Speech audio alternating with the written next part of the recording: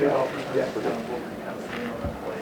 How was it building up? The kickoff return, we had a plan for their kickoff team and stuff like that, and I just had to set up the kick return. Once I seen my guy Fitz, number 55, make the good block, the block I needed, I took it all the way to the house. It was on the green grass, and I knew I was going to score from there. Just wanted to set the tone for the game. When you guys were talking about that plan, was it anything you saw from that kind of, okay, we should return kickoff or get some substantial yardage against it? Yeah, so off their kickoff coverage, they do a lot of slanting and stuff, like inside towards where they kick it to. So we knew we were going to have leverage if I set up the kick to go vertical and then bounce it outside, because we'll suck them inside and then get the outside, and it was going to be wide open. Was it as wide open as you would imagine? Actually, no, it wasn't. I was actually quite surprised once I broke through. I'm like, oh, there's nobody left. So I was like, okay, nice little jog to the end zone. Jackson, what was it like playing against your former team, to cap off a 6-year career and have such a great game in the bowl? It was, it felt surreal, man. And going in on Thursday, we went to a museum and just seeing all their faces for the first time, man, my heart was pumping. I was nervous and already ready to play then. And but today I calmed down, and I mean it was a great feeling to leave with some of the guys that I came in with in 2016, and see a lot of familiar faces, man. It was great to go out this way. And to have two guys over 100 yards, I think you guys had like 4 or 5 guys that average over 5 yards per carry. What did you guys see from the whole running back room today? Well, it starts up front, and our O-line was getting a lot of good push. We was getting a lot of vertical push, and they was moving guys around. We was finding holes and taking them. What do you think of We it? had a chip on our shoulder this game, and we had a guy go down, Ladarius Jefferson. He had COVID, and we just made sure that there was no fall off. Ralph, get that much pressure on their quarterback all game long and kind of throw them out of sorts just from the get-go. How were you guys able to stack play after play and kind of keep that pressure up? One of our biggest things we stressed with this new quarterback is bringing pressure, making him uncomfortable in the pocket. So a lot of the things that we ran up front were just based off of, how can we get to the quarterback in the fastest manner? So, without the edge pressure that was coming up, the middle pressure would be nothing. So, it was just a team effort across the D line. So that was just one thing that we really emphasized about throwing his game off and not letting him get a rhythm. Ali, I just wanted to talk about the, you guys had a bit of a roller coaster season to get out to that big start. You didn't get your ultimate goal, which was playing here in the MAC championship game. With all that in mind, and the school having won just one bowl game prior, how great was this? This is huge. It's a championship, so we feel great that we won it. We knew we had to come out here and compete. Things didn't go our way this season. There's always next season for the guys after us, but we're leaving as champions, and it feels great. Ralph and Ali, you guys had a kind of a tough task due to Nate Cox in the pocket today. Can you tell me what your strategy was trying to limit him in the route? We knew he had legs unlike the other quarterback, but we also knew he was newer as a quarterback, and quarterbacks that just get in kind of got happy feet. So we knew that if we got pressure to him in the beginning, we'd get to him by the end of the game. We knew he wouldn't last, and that's what we did. And yeah, to piggyback off of what he said, just making him uncomfortable in the pocket, just not letting him, get outside the edges and everything like that, and forcing him to throw passes that he doesn't want to throw. So that was the main thing. How were you guys able to shut down the run game? I think they only had just over 100 yards, and outside of a couple runs, you guys left them pretty well. Go ahead. I felt like we won the battle up front, and once we won that pushing battle up front, it was hard for that running back. Credit to the running back, though. He was a good running back. He was running hard. Yeah. But I think we won that battle up front, and that made the difference in the game. Yeah, we emphasize on the D-line being the hammer and not the nail. So, credit to their O-line and their running back. But, one thing we wanted to do is just get penetration and disrupt the backfield as much as we could. So that's one thing that we was trying to emphasize this game. Ralph, what do you think this bowl win means to Coach Lester? Man, I think this means a lot to Coach Lester. Just with the history of since I've been recruited by him in 2017, You know, we've always had that goal of getting to Ford Field, but, you know, we just got here in a different manner now, and I feel like this will definitely prepare the younger guys for next year, you know, to start off with some rhythm and start off, you know, with a goal in mind of where they want to be, the same place next year. So, you know, I think this means a lot to Lester, but this means a lot to the coaching staff too, and this means a lot to us. So. Sean, speaking of being propelled, you got up on that stage and said that your team will be back here next year playing in the MAC championship. What gives you that confidence, and how do you think your team responds to you saying that? Honestly, I think our team has been a championship team all season. We just had our ups and downs, you know. That's just how life is, you know what I'm saying? Not everything is that's just how life goes and stuff like that. And I just see the talent that we have. Even though we are losing some people, I see the talent that other people don't see, all the talent in the young guys, and we're just going to reload what we just lost. And I feel very confident and very strongly about our young guys that's coming up. Well, I'll start with a statement. You know, I'm proud of these guys. They really did a great job from start to finish with this whole bowl game going away. They went home for 5 days, came back. We ran them hard on Monday, had 2 really hard practices on Tuesday and Wednesday. They came here, they were on time. Shoot, we were early for the first time in a long time. And, you know, and then we had a couple situations with the hooting and hollering between the teams, and they kept their cool and played with a neutral mindset and played the game the right way. They dominated the line of scrimmage. They got after the quarterback. We held on to the ball. Everything we talked about. You know, they played from start to finish. And I'm proud of them. It's a big step for us, and now we still got a long way to go, and we got to work on it, and we will. But I'm proud of these guys. They're champions of this bowl game, and now we're going to grow from there. How does that kickoff return off the gate? How does that set us up? Helps, right? I thought we did a pretty good job. That first drive, they had a little bit of momentum. I thought we had a 3-and-out. It's close. And then they got a little momentum. We held them to a field goal, which is huge. And, I mean, man, he didn't get touched. You know, great job blocking. You know, we really focused on, you know, making sure we had that one return. That was the one we thought we could get. We tried the counter back to the boundary. It didn't work. But we knew if we got one, we felt good about it. And I forget who had the big block. It might have been Fisk.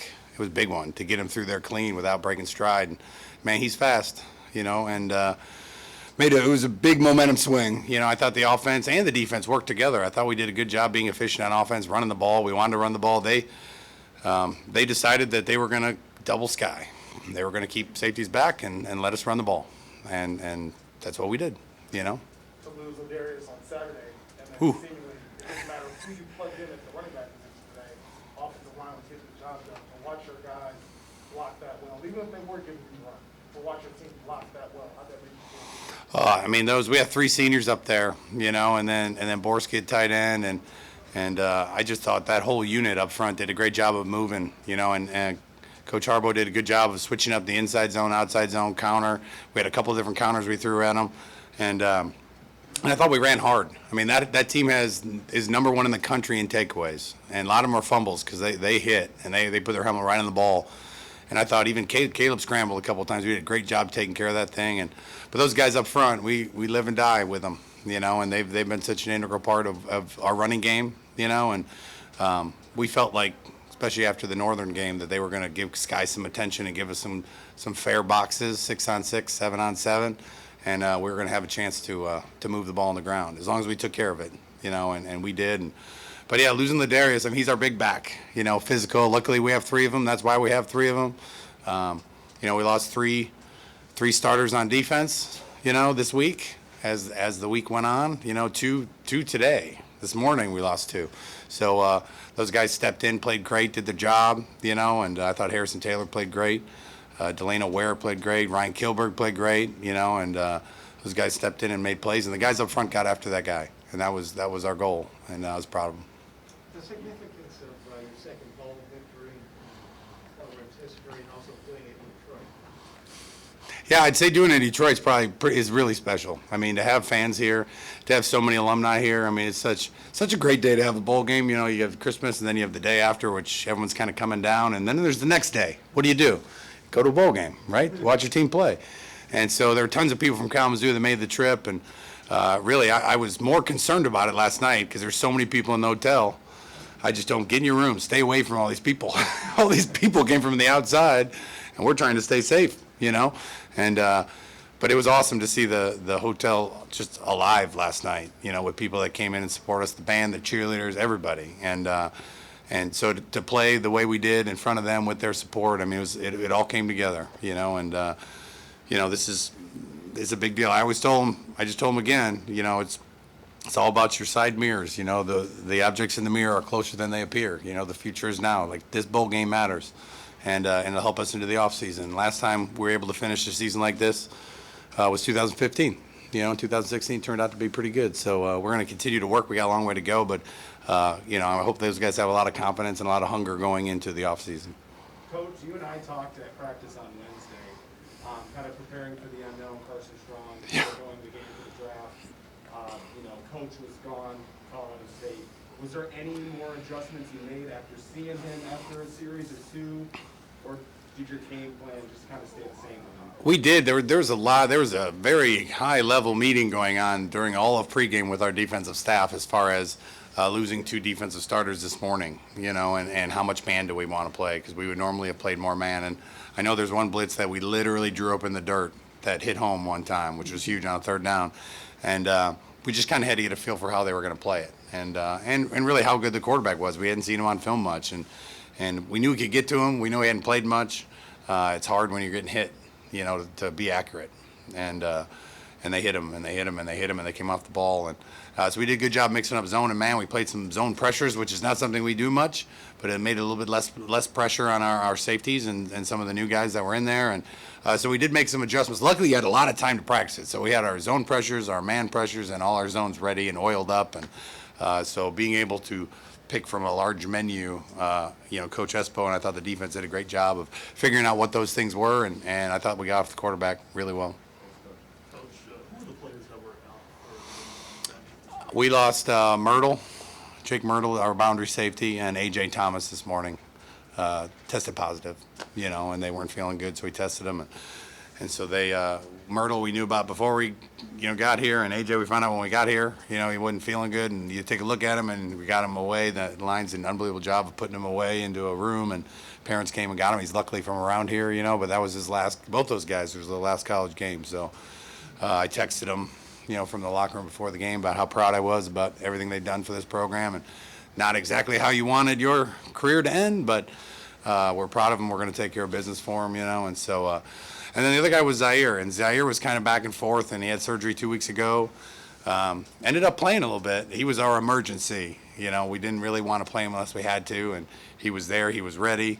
Had to go in, made a tackle with one arm, when Ryan Seelig went down, but it was, everyone just kind of huddled together and leaned on each other. Coach, if you could just kind of peel the curtain back a little bit for us. A lot of coaches are dealing with players and teams in COVID, and you said that they went away for 5 days. How nervous were you in that 5-day stretch? And now, you get the bowl game, you get the victory, and mostly everybody could play, but Yeah. Just those last few days, I'm sure were nervous for you. Super, right? I mean, every time you pick up your phone, someone else is gone or another game is gone. And I really believe, those early bowl games, everyone stayed together. They stayed in their bubble, and we had to send them home. We had to give them some time with their families, and we came back and we had some guys sick. We had more flu than anything when they came back, because it's great. You can test them for both now. And so our training staff did an unbelievable job of, if you came and even looked funny, you were out of the building. You never even entered the building. And so we were able to really dodge any bullet of it spreading, and we've done that for 2 years now. Our training staff is just, they always seem ahead of the curve, and never let one turn into two, because that's what you hear about, like the one that took out that whole running back room or took out the whole O-line room. And our guys did a great job wearing masks. We're diligent. We're not perfect, but I'm all over them. They're sick of hearing me, And I do think some of those cancellations helped, woke them up a little bit. Like this can be canceled quick, And I knew they had some guys not playing. They had some portal situations. So I was worried about the other side. Would they have enough? Because if they got an outbreak, I didn't know how many players they had left, So, kudos to both sides and their training staffs and their players for being diligent and getting to this game and both being able to field the team and have a great game. So it's not easy. It's a whole other world, that no one thinks about. And luckily we have training staffs that do this for a living and care about it, and so we've done we've done, both sides did a great job of getting to today. Thanks. Coach, there are certain, obviously, expectations for any coach. Winning a conference championship, rivalry games, bowl game, just checked off a big one today. What does that mean to you? Yeah, it's great. It's a win. You know, I'm just excited that the guys are champions. You know, I mean we have a lot to get better at, and it's frustrating when, you know, we tell our guys, I don't shy away from anything. I'm bluntly honest. It's my best and worst quality, and you know, we on Championship Saturday 4 teams played that we played, you know, and we were 3-1 against those teams, you know, and so we didn't get to play on that day. So for our guys to get a taste of this and to handle it the way they did and to grow and understand that season wasn't over and we didn't accomplish our ultimate goal, but there was a goal to be accomplished. It hasn't been done around here but one other time in the history of our school. For them to take this seriously and get the job done is huge for us, and it's huge for our future and what we can do from here. And so I'm proud of those guys in that locker room. That's not an easy thing to do, to be off. I don't know, I didn't even count, 26 days or however many days we were off, and to come out and play a clean game like that. It wasn't perfect, but it was pretty darn clean. I'm proud of them. Also, one more. Yeah, probably. I mean, Northern was pretty clean. Our last 2 games have been about as clean as we've been. Obviously, Pitt, we were super clean on offense, and defense we weren't as clean. You know, Pickett had something to do with that. He's pretty good. But yeah, I mean, just the consistency of the taking care of the ball and taking care of the line of scrimmage. And throwing an offense off rhythm, it's really hard to do. You do it different ways. You know, we did drop 8. There was no dropping 8 today. It was about getting after a quarterback that hadn't played a ton. But it's one of the top 3 most complete games we played. So we have to. We're tying them together, and that's what we need to do. I was just going to say, I texted you in the third quarter when it was 38-10 to ask him if I could get in. You text me? Get in here. I didn't have my phone on. Sorry, dude. In this building a couple months ago, back media day, you and a bunch of players were excited about the opportunity to hopefully play for a MAC championship here. You touched on it a little bit here. Sean up on the podium gets the MVP trophy and said, we'll be back playing at Ford Field next year in the MAC championship game. After the way this season ended and after this game today, to hear your players say we're coming back, how does that make you feel? Great. I mean, that's the goal. We've been talking about it for a long time. You know, 4 has been the goal, and we've won 3 in the history. 116 years, we won 3, and we're here to win 4. That's the ultimate goal, and we've been chanting that at the end of every team meeting since the beginning of August, and it didn't change because we're still getting closer to it. You know, what happens at the end of this year, the objects in the mirror are closer than they appear, matters towards getting to 4. You know, and we just broke down on 4 again in there. So, and I made them very well aware that although this could be the second. It was the second win in the history of our school as far as bowl games go. This is also the venue that our ultimate goal will be played at, you know. So it was fun to watch them come out and play in this place. Beautiful. I mean, it's just such a beautiful arena to play in. So, you know, so hopefully we have a chance to play here multiple times. What was it like watching Jackson in his final game play against the former team? You know, it was unbelievable. You know, that kid has come in and quickly. Transfer players don't always become leaders in your program. Some do. He's one. You know, comes in, shows up, works hard every day. We have a weird 3-man rotation because we have 3 really good backs, you know, and so sure, he didn't get as many carries. You would never know. Shows up, works hard. I'm hoping he becomes a coach. I'm trying to talk him into it. To be honest with you, he's not sure what he thought about it, and I will hire him. You know, that's the type of guy he is, you know, so it's a big game for him, and to watch him go over 100 yards, you know, protect the ball, see the vision is just, he's got great vision, you know, and so I was proud of him, and he got in the end zone a couple times, and what a great day for him, you know, and just humble and hardworking and a great student, and you know, just a great representative of our program.